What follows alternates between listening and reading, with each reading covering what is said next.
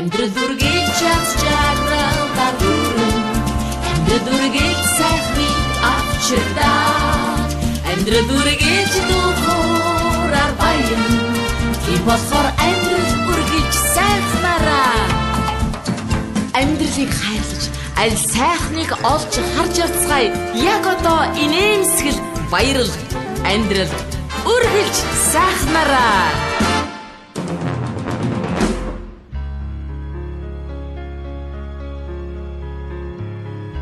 Сайн байцгаана уу ирэх хүндэт сонсогчдоо. Амьдрал үргэлж сайхнараа манай уран бүтээлчийн цаг нэвтрүүлэг маань эхэлж байна. За ингээд өнөөдөр би нэвтрүүлэг танхимдаа сэтгүүлч, зохиолч, нийтлэлж төр мөнхийг урьж оролцуулж байна. Төр мөнхөө гуншин дотор чинь ганц хоёр өөр тодтолууд уг нь хэлэгдэх ёстой санагдаад байна л да. Энэ зүгээр дутж байгаа юм уу? Надад сонир санагдаж байгаа. Яагаад байхгүй бол гэж байгаа нэг юу ах юм? Яруу найрагч гэж үг яагаад байхгүй юм? Ерөөсөө яруу найраг орж байгаагүй юм уу? Гэхдээ орлоо яах вэ? Гэхдээ зүгээр нэг Мао Цзэдун шиг юм болчих гээд байгаа байхгүй юу?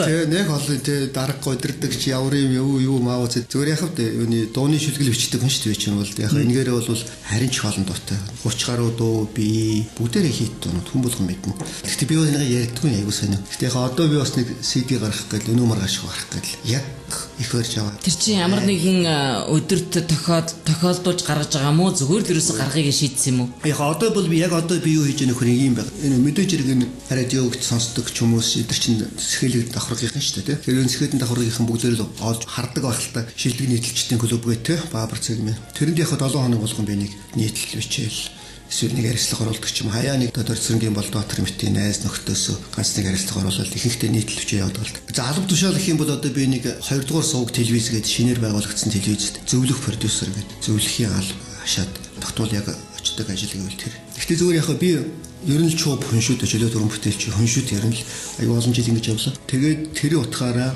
би нэг том проект эхэлсэн яваад байгаа наа. За одоо медиа мега төслийн. Гэхдээ мини мөнгөтэй гоё. Монголжуулаад хэлвэл 2 жил үргэлжилсэн концепт төслийн концепт. Тэгэхээр энэ яг хөө эхлээд бол нэг CD гарч байгаа. За саундын тэмүүлэн бүх аяыг хийгээд би бүх шүлгийг бичээд гэхдээ энэ зүгээр рок опер хүн. Тэгээ нэг тийм концепт альбом гэдэг юм л да. Одоо Pink Floyd хамтлаг би л одоо хүн болгон мэднэ те хамгийн их концепт альбом хийдэг. Тэгээд 9 дуутай.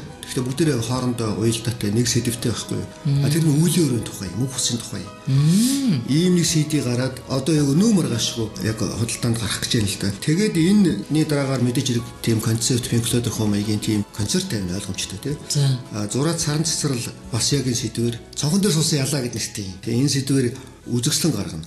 Тэгээд би 2 кино хийх юм. Бас яг энэ үеийн өрөөхөн сэдвийн дотор шүү дээ. Тэгээ яг энэ үргэлжлээд 2 жилийн дараа ч юм уу дуусах ийм нэг медиа мега төсөл гэдэг байгаа ийм учиртай байхгүй юу?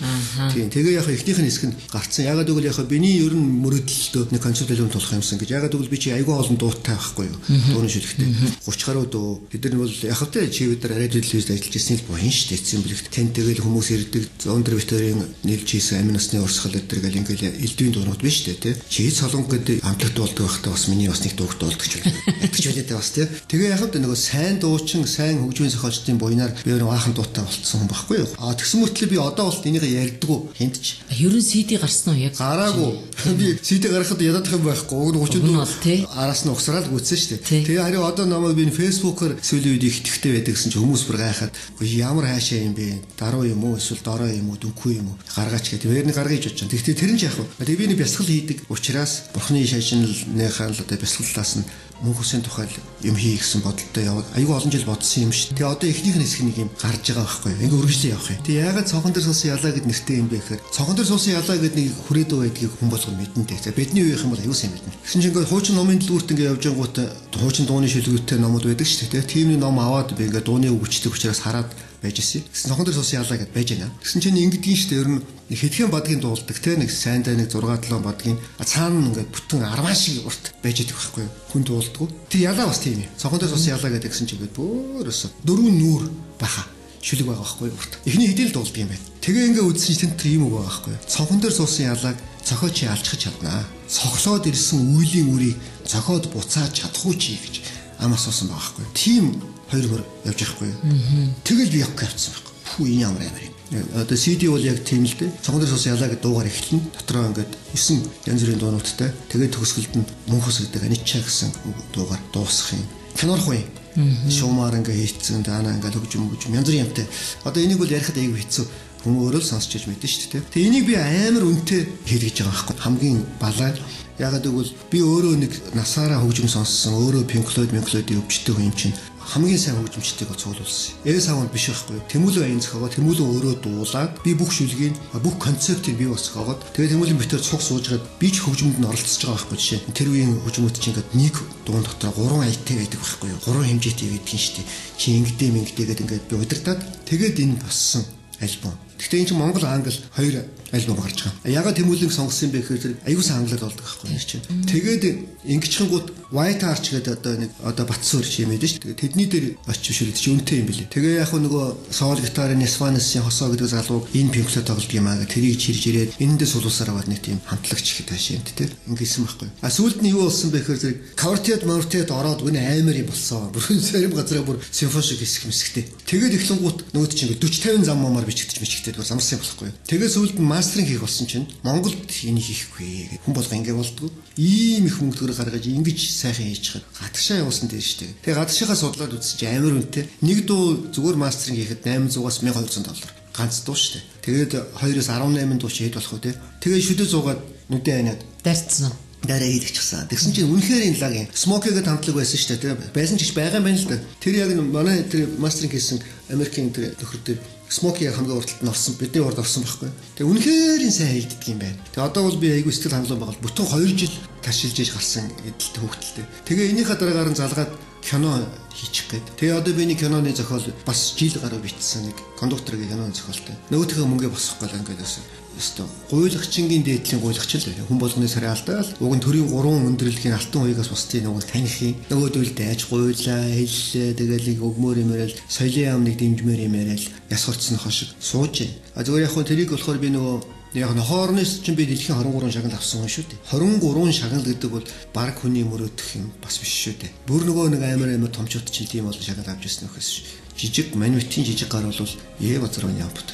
Тэр шагналын тухай ярихад нэг тийм зүр зураг байна л да. Ингээл нэх гой цом юу гэдгийм ягаал гараал аваад нэгт 23-уулаа тийм маягаар ирсэн үү. Шагнал болгон чиний хувьд нэг дурсамж байгаа бах л та. Нэг хамгийн тод маш сонин дурсамжийг яг тэр үеэсээ дурсаач. Зөндөө олон шүү дээ. Яг тэр үед чинь би чинь бүр хэлмэгдээд бүр 17 чингэлэг мэнгэлэг гэдэг асуудалд холбогдоод намайг чинь барьж ууж мөрдөнд хийгээд бүр нэг балгасан юм болсон жил шүү дээ. 98 онд. Яг тэр жил чинь шагнал авч гисэн байхгүй. Тэгээд нөгөө нэр нь нохоор ингээд нэртэй байнгут би ч муу нэртэл болсон шүү дээ. Энэс хойш өөний төрмөх гэдэг нэг юм Монголыг доромжсон юм гэж. Үзээгүй хөвтөж. Тэгээ 23 шагналыг би 23-ын би өөрөө очиж аваагүй л. Гэхдээ би нийт бол нэг 30 орчим фестивальд биеэрээ оролцсон. Энэ 23 шагналын нэг 10-аад нь биеэрээ авсан л да. Одоо ямар тийм сэтгэл төрд юм бэ? Хүш амар. Юу гэдэг үлээ хэлдэг үгүй. Энэ шагнал бол миний их биш. Манай их хорон ард түмний хэнтергээд бас тийм бодогдох уу? Та нарыг бодолтоор 98 онд Монгол улс ямар юм байсан те. Казахстаны нэг нөхрийн кино бол 3 дугаар байранд Унгарт байхад авахд л Казахстаны элчин сайд нь ирж авч байгаа шүү дээ.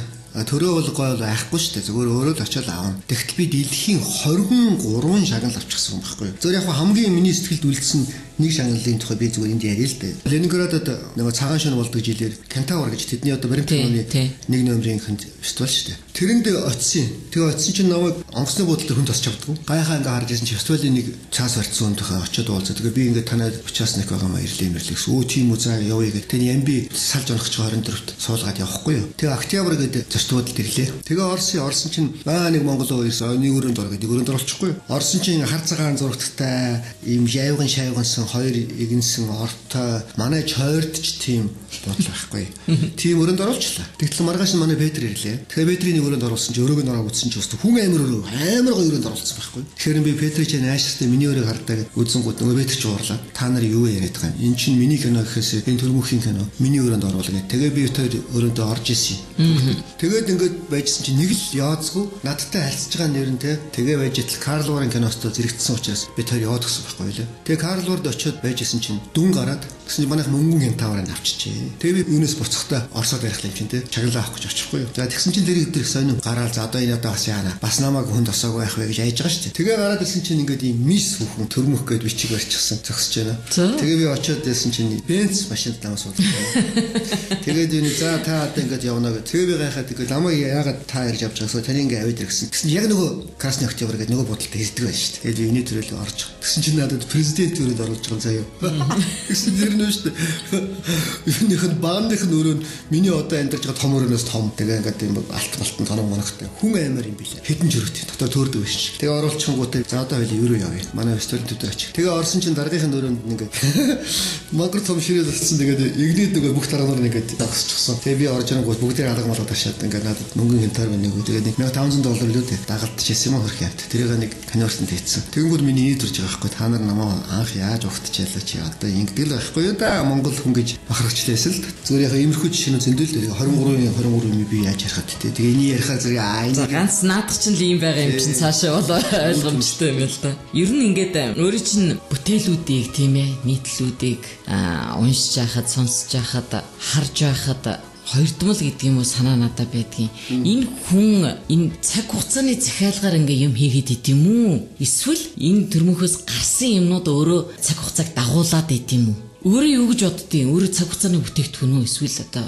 би бол ерөөсөө их амархан. Одоо чи би Facebook-т аягүй идэвхтэй ордог л доо. Тэгээ Facebook-тэй ч тэр одоо тэр шилдэг нийтлэлч Баабар цэгийн дээр тавьж байгаа юмч тэр Times сэтгүүл би сайн юм гэдэг. Times бичиж байгаа ч юм тэр бодлоо л бичдэг. Өөрийнхөө сэтгэлд байгаа юмыг би их аягүй уншдаг. Олж мэдсэн юм хүнтэй хуваалцах хоббитэй байхгүй. Ерөөсөө л миний хобби. Тэрэндээ киногоор гарах нь киногоор гарна, хөгжмөр гарах нь хөгжмөр гарна, нийтлэлээр гарах нь нийтлэлээр гарна. Тэр бол хэлбэрүүд.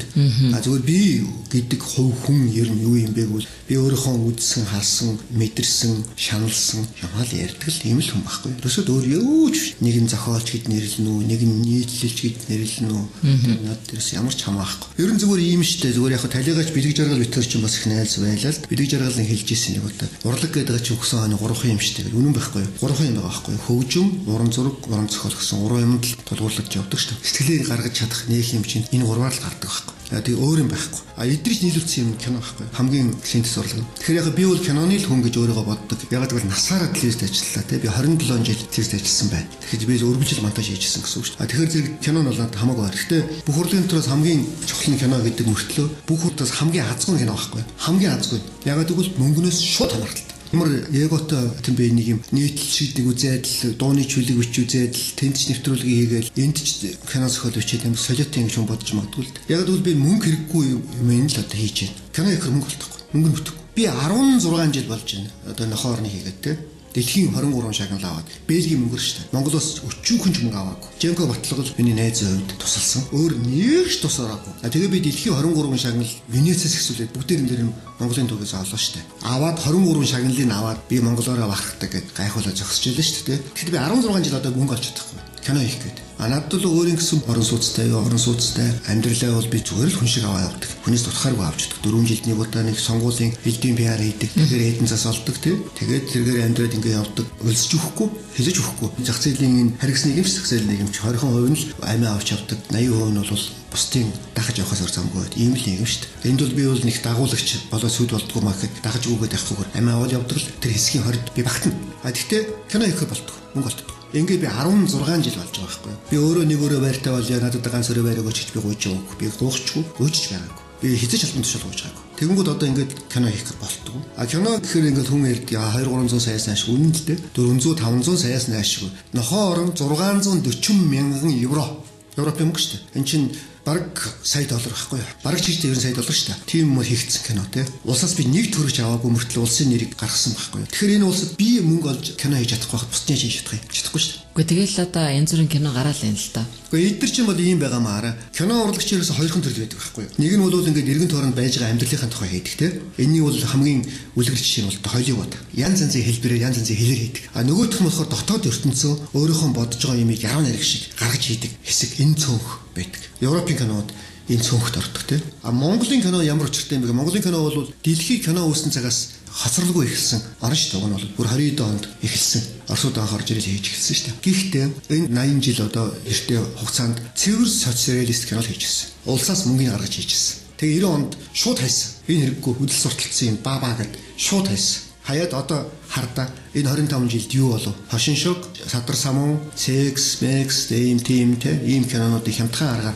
хийдэг нэг хэсэгтэй л болсон. Өөр юу ч байхгүй. Яг жинхэнэ кино хийх байхгүй. Эрдэнэ булгангой Чингис хааныхаа тухай 3 анги кино хийнэгээд махан идээд ясаа зулгаагаад 4-р анги хийгээд мухралд ороод унтсан шүү дээ. Тэгээ одоо харалта Чингис Бонд гэж мөнгө зөнгө зээлэл хааныхаа нэрээр тэгсэн мөртлөө кинонд нэгж зэрэг мөнгө хайдгүй л байхгүй юу. Ийм ялзарсан дүнхүү орн болчихсон байхгүй юу. Тэгэхээр Солонгосын киноны байлдан дагуулалт энэ чинь бүр булан эзэлт манай Монголыг дүүрсэн. Одоо ингээл хашиж сууг иргүүлсэн. Яагаад гэж би өөрөө ТV-с ерөнхий продюсер хийжээлээ. Би энэ зовлон гэж өөрөө мэднэ. Нэг сериал хийхэд доод нь 200 сая төгрөг хэрэгтэй. Доод нь шүү. Илүү ч мэдмадгүй тий. А тэгэхэд нэг сайн солонгос сериалыг худалдаж авахд зохиогчийн эрэхтэй ш $20,000 л эрэхтэй. Тэрнээс чимдэр авах. Тэгэхээр хүн хийхгүй шүү дээ. Авчираад байгаа байхгүй. А энийг төр үгэнд дэмжих хэрэгтэй байхгүй. Тэгээ одооных дэмжинүү байна өөрөө мэд. Жишээ нь одоо би байна л да 16 жил мөнгө олох энэ явахгүй шүү дээ. А би бол тийм шалдар балдар алаа хятантай ч юм уу хэдэн төгрөг олох кино хийхгүй насаараа. Яг бол миний энэ хийх юм биш. Угаасаа биш байхгүй. Тэгэхээр би хийхгүй шүү дээ. Наа чинь өөрөө чи хоёрт өстө нэг сэтгэл зүрхийг байнга шаналгаж зовоож явдаг учраас ярих юм бол их байгаа. Хоёлаа өөр нэвтрүүлгээр энэ тухай ярина. Одоо бол нэвтрүүлгийнхээ төгсгөлд нэг л зүйлийг асууя. Үлийн өрийн тухай, бясалгалын тухай сайн ярьлаа л да. Энэ бясалгал өөрт чинь уран бүтээлч хүнд тусалж гин үү? Туслана шүү дээ. Ерөөсөө бясалгал ялангуяа миний хийгээд байгаа бясалгал чи випассана бясалгал гэдэг яг бурхан багшийн өөрөө хийж гэгэрсэн бясалгал байхгүй юу? Энэ бол цорын ганцаараа яг ариун номоор байгаа. Тэгээ яаж туслах вэ? Энэ тэгтээ ярихад аяга хэцүү. Бусад одоо уран бүтээлч хүмүүс, бусад энэ талын мэрэгжлийн хүмүүс, сэтгүүлч, зохиолч одоо ийм хүмүүс яадэ. Гэхдээ ингэдэг юм аа. Бясалгын тухай ярихад аяга хэцүү. Ягаад гэвэл энэ бол чи өтөр игээд ганц цалдаар ярих биш. Бүтэн цагийн юм ярьж ээж хүнд ойлгуулах хэрэгтэй болдог байхгүй. Ягаад гэвэл бясалгал хийдгүү хүмүүс нь 99 хүн шүү дээ. Тийм болохоор зэрэг тайлбарлахад аяга хэцүү. Зүгээр хүмүүс ингэж асуудаг юм бол хамгийн эхлээд асуудаг юм. Бясалгал хийгээд чи юу олж авдаг гэж асуудаг байхгүй.